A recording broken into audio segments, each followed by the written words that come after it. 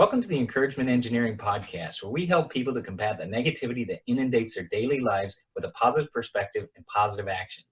Today, our guest is Dieter Randolph, a third-generation minister. He's a writer, a coach, a teacher, and a podcaster.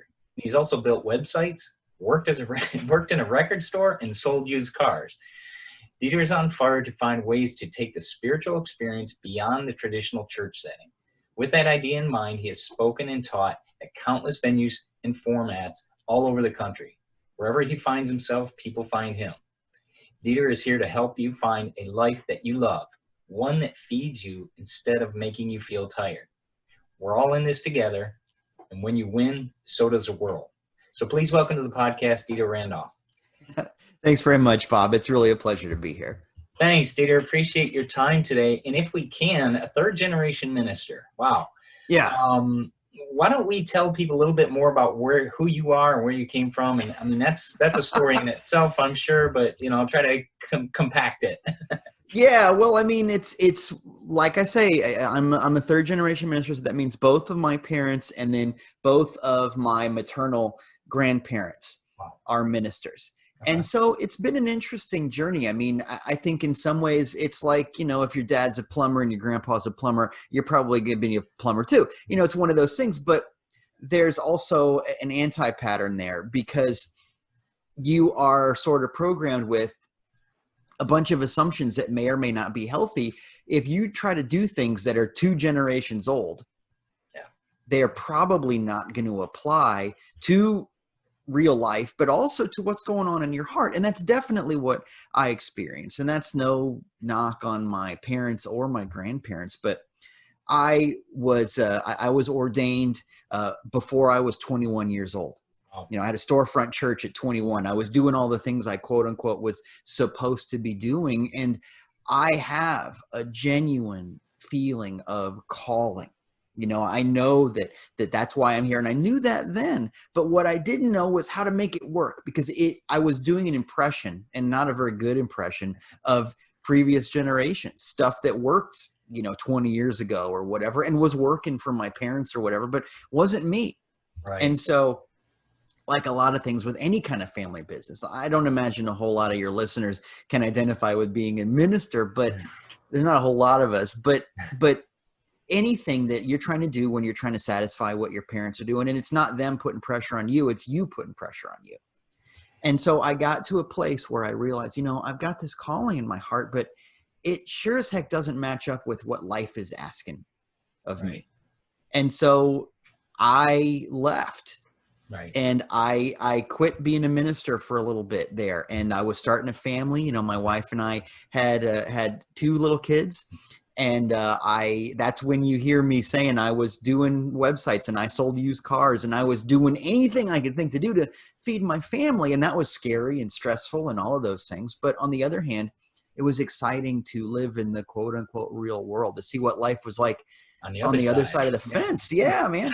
And I think that one of the things that it's given me is it's given me the ability to actually talk to people. I don't know if you've had this experience, but sometimes you go to talk to a minister, preacher, priest, rabbi, imam, whatever the specific title is, and you go, they have no idea what it means to pay a mortgage. Yeah.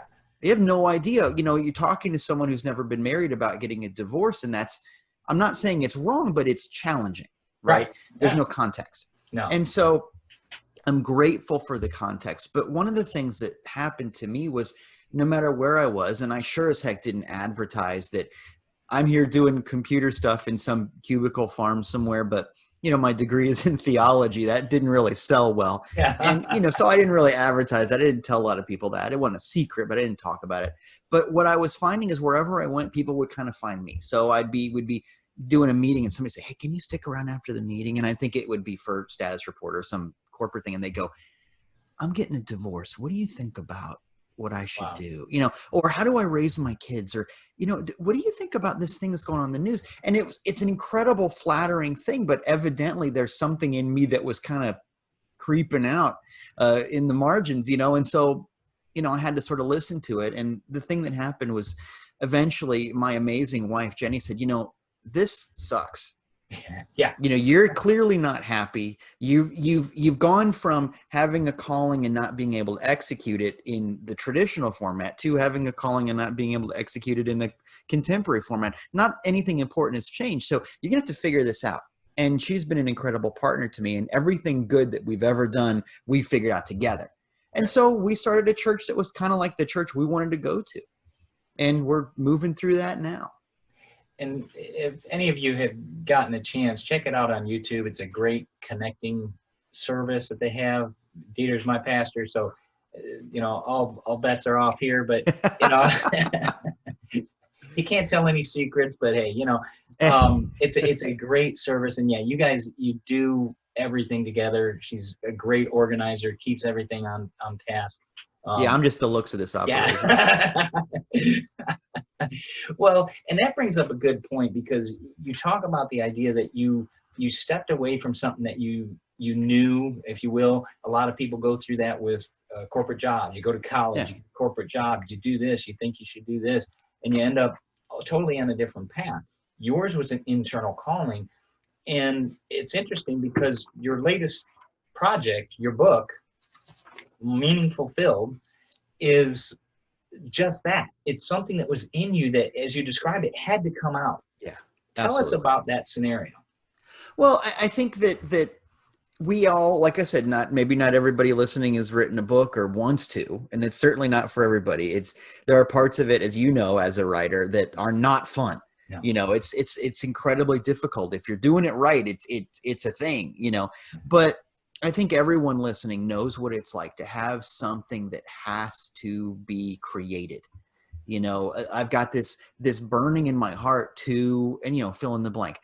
I got to ask this person to marry me. I got to quit this job and get a different job. I got to learn how to cook this thing or do this thing, or I got to go to this place. I've always wanted to go to France or whatever. It doesn't matter what it is, big or small. Everybody knows what that feels like. And everybody knows what it feels like to not listen to that because, I'm going to wait for the right time, or when I have enough money, or when I get societal permission, and all of this garbage stuff that never happens. And the cemetery's full of people like that. Exactly. The thing is, there's no hero you ever heard about that waited for everything to be socially acceptable before they went out there. The hero move is to go, look, this has got to happen. Yeah. And I'm going to take my lumps and I'm going to learn lessons the hard way, but I got to do this.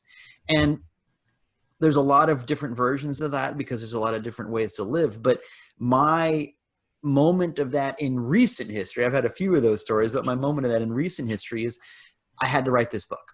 Right. It was some of the stuff that just had to be said.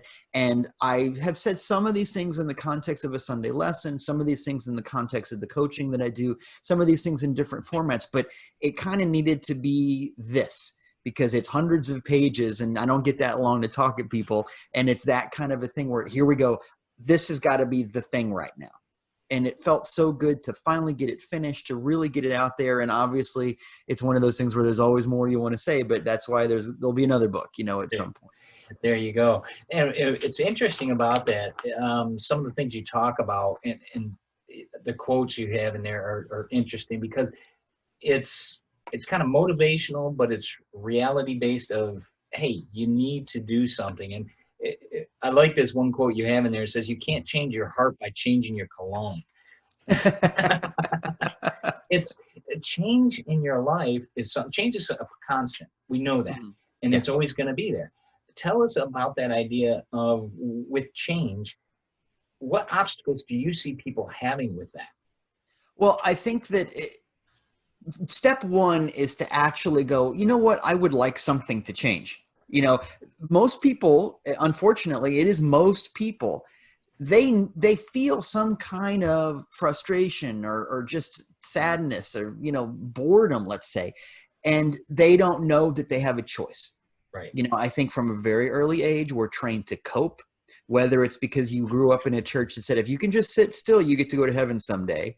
Or you go to a school that says, if you just sit still, you get to graduate someday. Or you go to a job that says, if you just sit still, you get to retire someday. It's the same OS, same operating system, right? And the thing is, we are so conditioned to not deal with any of it. In fact, most people have been taught that if you could just put up with frustration, then you're somehow noble. that makes you good, you know? And the truth is that Here's your that's gold really, watch. yeah, exactly. And then, you know, I got to say, one of the things that has happened with me as a minister, as a coach, as the kind of person who talks to people, when you identify with your job, and that's just one example, but it's a very common one. When you identify with your job, then the job goes away because you retire or because you get promoted. Sometimes there's incredible grieving, even with a promotion, because I got my whole sense of self from this job, and now the job is gone. Yeah.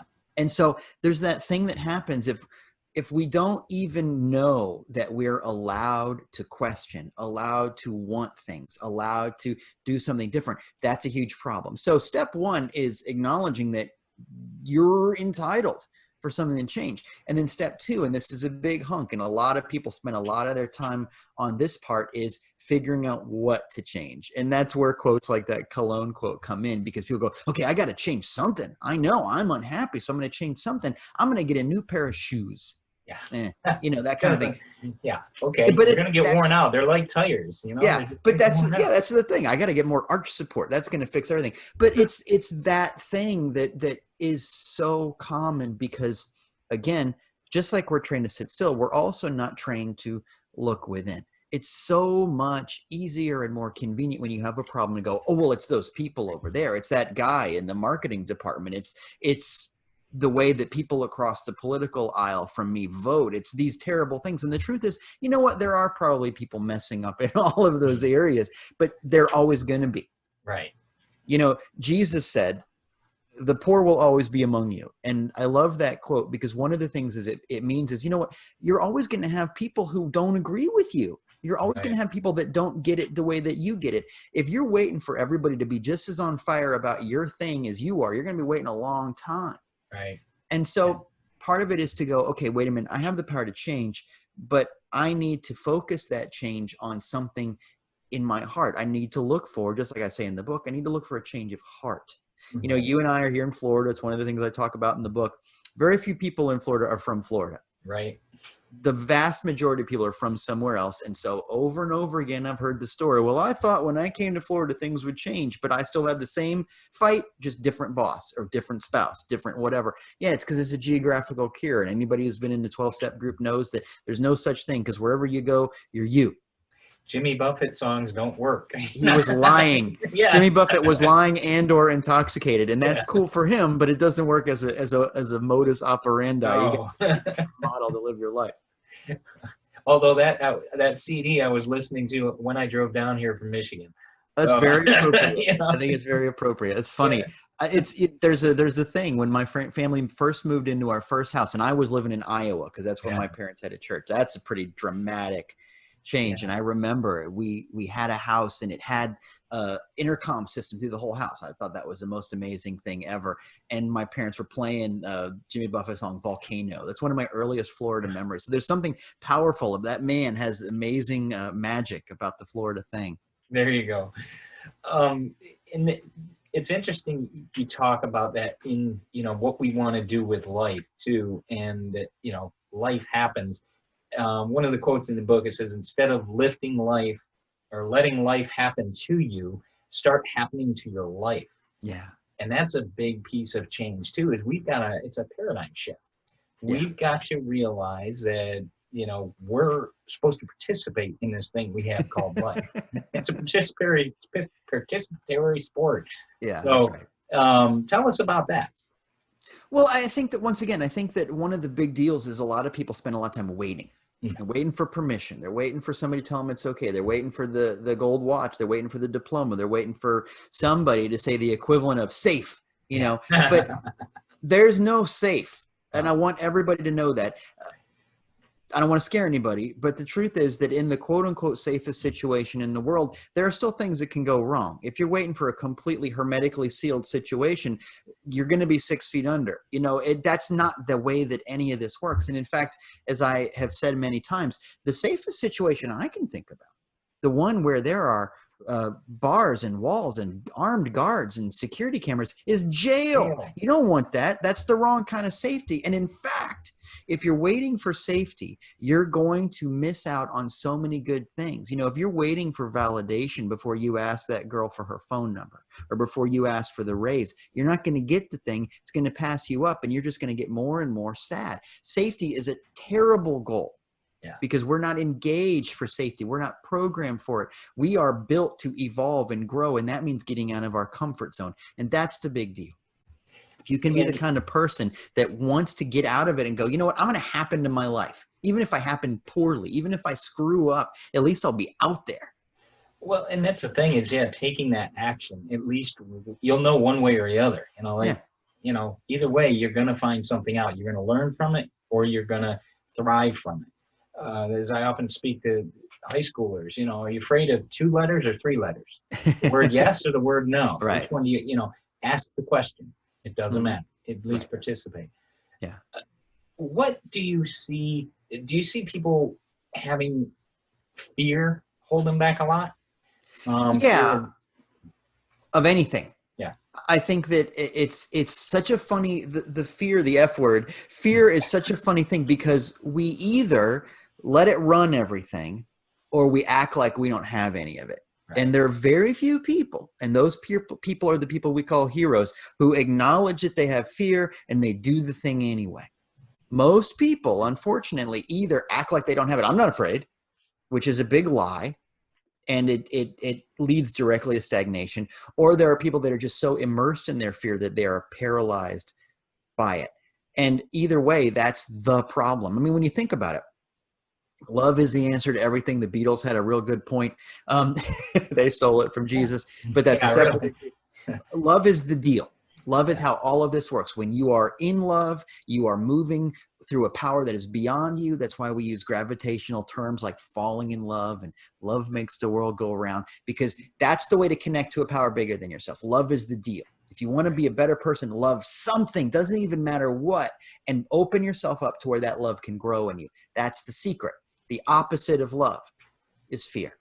Right. So if there is a solution, it's love. If there is a problem, it's fear. Now, like I said, the job here is not to not have fear. The job here is to go, wow, this is scaring the pants off of me. I better lean into this because it's telling me that this is a place where my comfort zone boundaries have been weakened. The wall has been breached, and I need to lean into this because there's something exciting out there. And that takes some unlearning. It does. And that excitement is something that we forget is out there. But if you make an analogy like working out, okay, it hurts if your first few times you're working out. But as you start to do it more, you see a little results, it starts to feel, it doesn't hurt as much, you lean into it. Then you have more weights and you keep going and you build up and you feel better.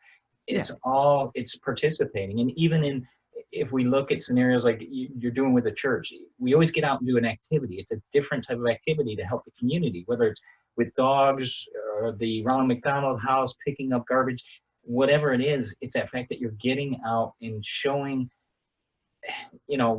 getting over, if you will, a fear of getting out there.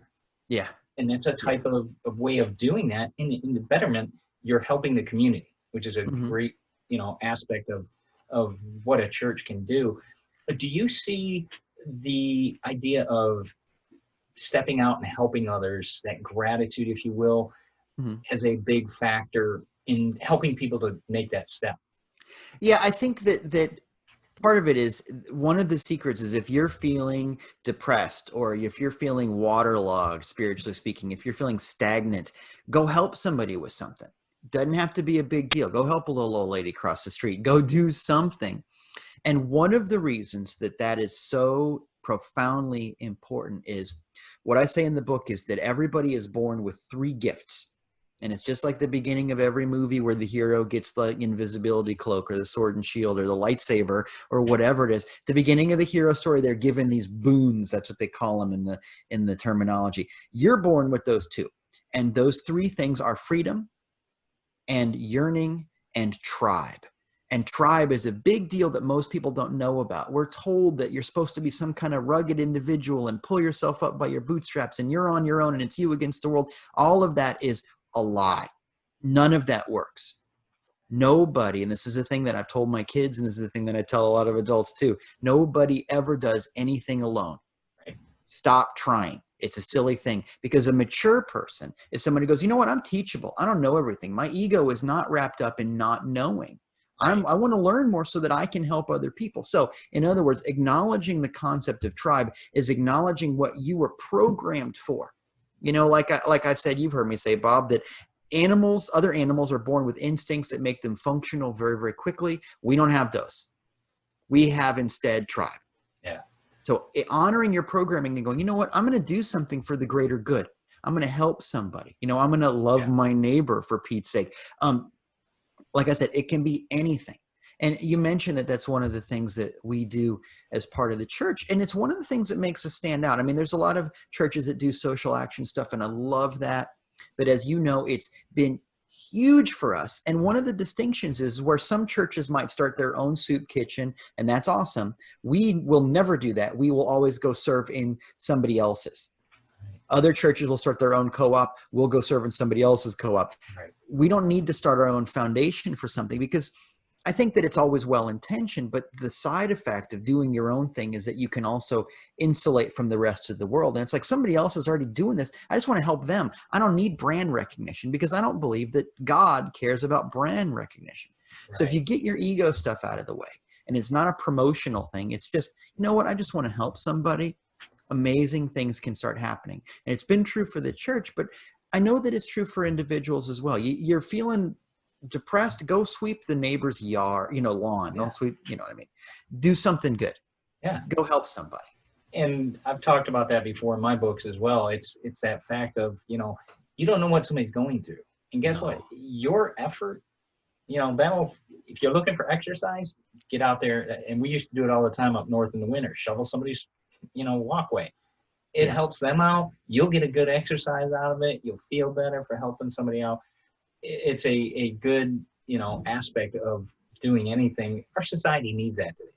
Well, I'll tell you what, yesterday, I was at Ace Hardware, and that day it was my third trip to a hardware store. Separate issue. Those, huh? Oh man. But anyway, I was in line, and a police officer got in line behind me. And I said, hey, you can go in front of me, because, it's what you do. And he said, hey, no, it's fine. I'm off duty. No big deal. I'm not in a rush or anything like that. But the look on his face, you'd have thought I'd have given him $100 bill. Wow. And it's like, there are bigger issues with all of that. I'm not saying that this is the answer to all of society's problems, but what I am saying is, you take a minute, you have no idea what someone else has been exposed to in that day. And it takes zero for you to just be aware of other people in the world. The basic ethical test is, are you aware that you're not the only person in the room? When somebody cuts you off in traffic, it's like, oh, I'm the only person on the road today. Right. That's the problem. Be aware that there are other people. And I got to say, this is a real problem, because we're in a situation where so much of what you do is geared to you. You have a personalized Facebook feed. Yeah. Instead of watching a movie on the big screen, you're watching it on your phone in a living room with 3 other people who are watching something different on their phones. That's crazy. Yeah. And we have to get to the place where we start honoring tribal things. And you know how good it feels when you go to the premiere of the movie and you get to see the big screen, and someday we'll get to do that again. Exactly. But you know what I mean? It's so much better, and it's not just better because popcorn. It's better because people. And that's huge. And that is that community, knowing that others are doing similar things. I mean, you can be part of a Facebook group, and that's great, but that interaction is very critical. It really helps cement the relationship, if you will, or the event. And you mentioned that in the book. You talk about events, and I think that's interesting, because make it everything an event instead of just a task. Yeah. Tell us more about that. Well, I think that so often we are told, especially in the motivational world, I think it's part of our programming from everywhere, but there are times you look at a productivity book and you'll say, okay, now do this and do this and do this and do this, and put your life in a sequence. Right. But the truth is, there are very few things that are actually important, that are actually meaningful, that are sequential.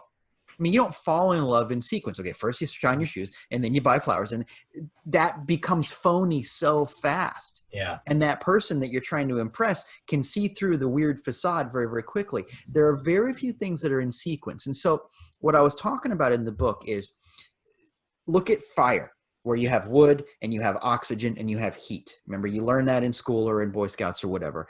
And they don't happen in sequence. You don't have a pile of wood and then you put the wood aside. You don't have oxygen and then put the oxygen aside. You don't have heat and you put the heat aside. They have to happen all at once. Fire is not a thing and it's not a sequence. It's an event. And the truth about you is you are an event too. The most important things of your life are the things where you show up right now for them. So if you can start to imagine, okay, I'm going to use all of me, and that means your thoughts and your feelings and your actions. That's just like the wood and the oxygen and the heat. If you can put all of those to bear on this moment, instead of waiting or sequencing it out, it doesn't matter if it fits in your 5-year plan. You're going to be a better person when the 5 years comes around. So you don't have to worry about what the goals are. Just show up. And that means happening to your life. It takes us all the way back to the beginning of our conversation. If you start to think of yourself as something that's not a noun, but rather a happening, a verb, an event, start to think of yourself as something that is happening to the world instead of a collection of chromosomes or whatever. Right. You're going to be a happier person. And that's always, I always give this reference. It's like, we're all going to end up in a box, big or small, someday. And, you never see a U-Haul behind a hearse. Yeah. So make the best while you're here. You have a purpose. I heard a recording with Les Brown earlier today, and he said, make sure you're living your purpose. You're here for what you're subscribed to do. And that's, that is so great, because what are we here for? Remember, we're people. We have greatness within us. Let's share that with the world. Yeah. Yeah. And that reminds me of one of the things I said in the book too. It's like, as I've said, I have been to literally hundreds of funerals as part of the job, Yep. And I've never heard anybody at a funeral go, that was a great story. I loved the sharing and we all cried and it was beautiful. But I wish I would have heard more about their credit score and their shoe size and how tall they were. Nobody cares about the data. And that's really interesting, because so many people spend so much time chasing the data. If I can just chop a few things off my to-do list, if I can do a few more push-ups, if I can get a few more dollars, if I can just get a few more numbers in whatever data collection scheme, like you're a walk-in Excel spreadsheet, and zero of those things are important. Right. Zero of them. Because none of those, the things that are important, like love, like inspiration, like truth and beauty, like art, like these things cannot be quantified. No. And that's what we should be chasing instead of the numbers. Yeah. I mean, you don't find data from the museum. You enjoy the painting. You enjoy, like you said, in love, it's not data filled. If it was, I'm sure it would last real long. Yeah, can you imagine being on a date and being like, well, no, what's my love score with you? Right, yeah. It's really weird. It's psychotic. And yet 90% of the time people are looking for those, just if I can just get a couple more numbers in, generically, whether it's dollars or whatever, if I can just get some more numbers in, then somehow magically I'll be happy. But happiness doesn't exist on a scale of numbers. Again, that's an event thing. Happiness is just a moment right here, right now. And that's what it's all about. That's what meaning is those moments of right here and right now, not later on. That's a good point, because, you don't have to be data driven. We have to live with our heart. Mm-hmm. And our society needs to remember that is, be a heartfelt society, be a heartfelt life, enjoy, who we are and what we have and everything we can do. So share that with the world. With that idea of sharing with the world, tell everybody about where you can find more about your book, where they can find out more about you, social media, and everything like that. Well, if you tune into that show, America's Most Wanted, I'm on a few episodes of that. No, the best place to find out anything about me is to go to my website, and that's waypastok.com, WAYPASTOK.com.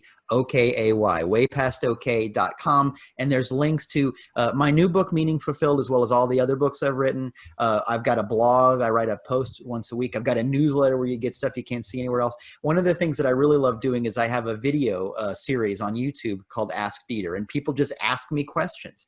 And I put a new one of those out every week. So there's links to that on waypastokay.com as well. I'm also at waypastokay on Twitter and Instagram. So that's a good place to find me as well. And yeah, we'll have all these links into the show notes so people can get a hold of you and get a copy of that book. It's been released September or August 1st. So get your copy. It's out on all the social media, Amazon, all those. You can get it from his website as well. Yeah. Good book. And it's interesting because it gives so many examples of these topics we've talked about. So good job with the book. Really enjoyed it. So thank you for that scenario. And appreciate your time today, Dieter. Thank you so much for being here. I'm honored, Bob. Thanks very much, man. This is great. I love what you're doing. Well, thank you. I appreciate it. So we'll have your information out there, and we look forward to hearing from you some more in the future. Thanks, Dieter. Thanks a lot.